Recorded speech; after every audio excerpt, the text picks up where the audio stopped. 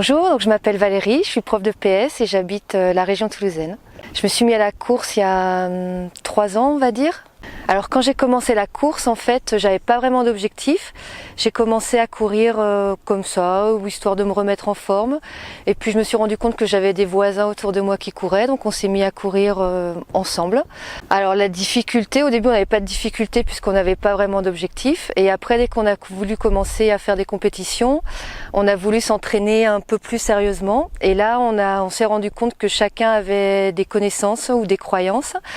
Et du coup, il a fallu que, je me suis mise à chercher sur Internet et voilà. Et du coup, je suis tombée sur le site de Gilles et c'est devenu la référence. Donc du coup, on essaye d'appliquer au mieux ses conseils. Alors au début, on courait histoire d'être ensemble. Donc on n'avait pas de problème de temps ou d'objectifs ou de choses à atteindre.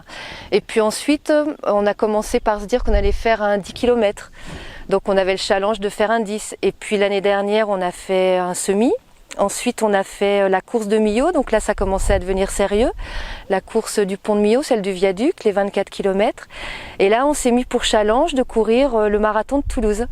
Et pour ce marathon, donc comme on a décidé de se préparer, j'ai décidé de reprendre contact avec Gilles, puisque tous les conseils qu'il m'avait donnés avaient porté ses fruits, afin de préparer au mieux ce marathon. Et d'ailleurs, si vous aussi, vous désirez faire un 10 km ou une course particulière, je vous conseille de suivre les conseils de Gilles.